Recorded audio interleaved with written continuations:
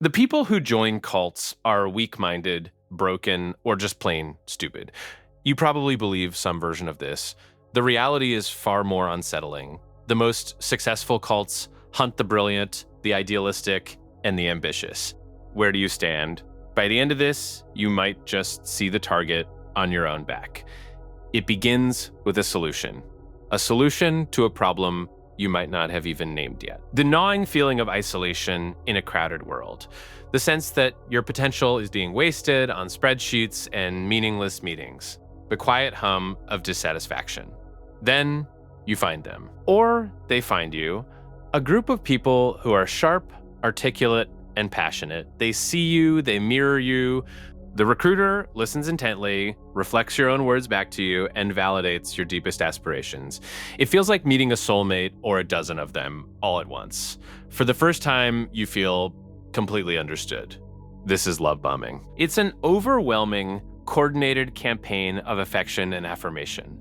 Imagine walking into a room for a weekend workshop and being surrounded by people who hang on your every word. They praise your insights, they laugh at your jokes. They tell you they've been waiting for someone with your specific kind of mind. It's intoxicating. It bypasses skepticism. Your critical thinking flags it as too good to be true, but your emotional brain, starved for genuine connection, overrules the objection. This is exactly what groups like Nexium perfected. They used a shell of executive coaching seminars to attract actors, entrepreneurs, and the children of billionaires. The initial pitch was pure, high-octane self-improvement. They offered a path to a more actualized life for people who had already won the conventional game of success. In a different sphere, the spiritual group Synanon initially offered a radical new way to treat drug addiction, attracting desperate families and idealistic social workers with a promise of community and healing. The bait is always customized. For the intellectual, it's a revolutionary idea. For the ambitious, a secret to success. For the lonely, a family. It feels like finding your tribe. That sounds wonderful, almost healthy, but that's the point. The hook is baited with precisely what a healthy, intelligent mind craves: connection, purpose, and recognition.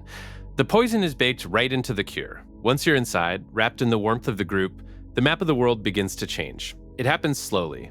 The group introduces a special vocabulary, a lexicon that only insiders understand. Words are given new meanings. Simple phrases become thought-terminating cliches, which are short, loaded statements designed to shut down critical thought. When a member expresses doubt, they're told it's just their ego or their negative programming talking. The phrase provides an instant, group-approved answer. It short-circuits the need for actual analysis. Soon, you start using this language yourself. It's efficient, it reinforces your belonging. At the same time, the group presents its grand theory, a new framework for understanding everything. This is where high intelligence becomes a vulnerability. The ideology is often complex, esoteric, and layered with apparent internal consistency. It might borrow from fringe science, ancient Gnosticism, or Eastern philosophy, weaving it all into a narrative that feels profound. It's a massive intellectual puzzle. Solving it, understanding it, and applying it becomes a full-time mental occupation. It gives a brilliant, often understimulated mind a project worthy of its power. You feel like you've been given access to secret knowledge. Suddenly, your old friends and family seem simple. Naive. They're trapped in the matrix, and you've been offered the red pill. This creates a powerful us versus them dynamic. The group becomes a fortress of clarity in a world of confusion. You start spending less time with outsiders because the conversations feel shallow, pointless. They can't keep up. The group is the only place you can have a real conversation anymore. This intellectual elitism is a powerful hook. Your own intelligence becomes the barrier that separates you from your old life. So you believe you're making a conscious choice to distance yourself from negativity. You think you're curating your environment for optimal growth. You're actually walking into an echo chamber and applauding the acoustics. That logic seems compelling, a defense mechanism even, and yet this intellectual fortress has a fatal flaw. One that relies on your own past decisions. The next step weaponizes your own consistency. It's the principle of the foot in the door. It begins with a small ask. Attend a free introductory meeting. Then a $20 book. Then a $300 weekend workshop. Each is a minor investment, easily justified. Each yes becomes a psychological anchor, a vote you've cast for this new identity. Then the asks get bigger. A $2,000 intensive, a $10,000 mastery course. You're asked to volunteer your time, recruiting new members. Then you're encouraged to quit your job to work for the organization.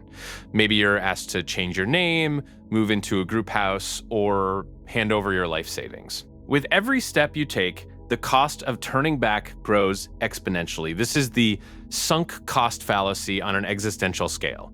To admit you've made a mistake now would mean admitting the last 6 months or 5 years of your life were based on a lie.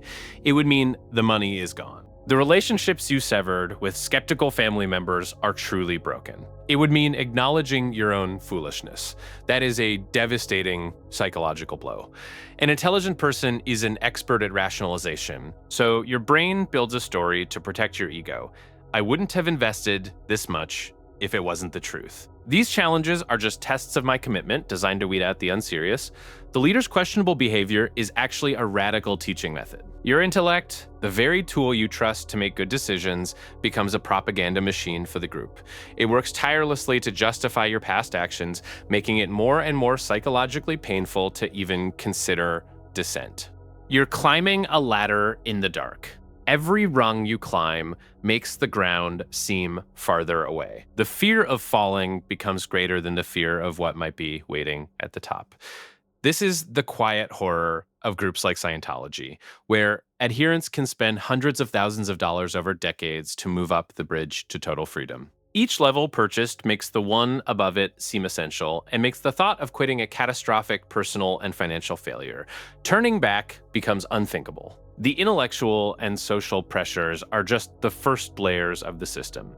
The truly effective groups attack the hardware. They attack the brain itself. Psychiatrist Robert Jay Lifton, in his groundbreaking study of brainwashing, identified 8 distinct methods for thought reform.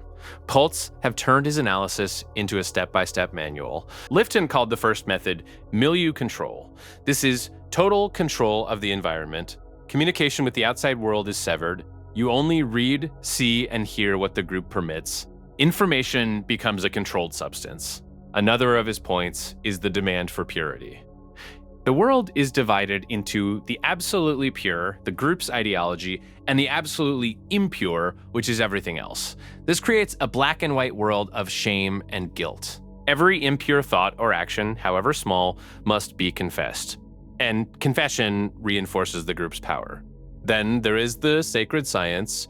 The group's doctrine is presented as the ultimate infallible truth. Questioning it is framed as a moral failure, proving you are flawed. And this is layered over physiological attacks.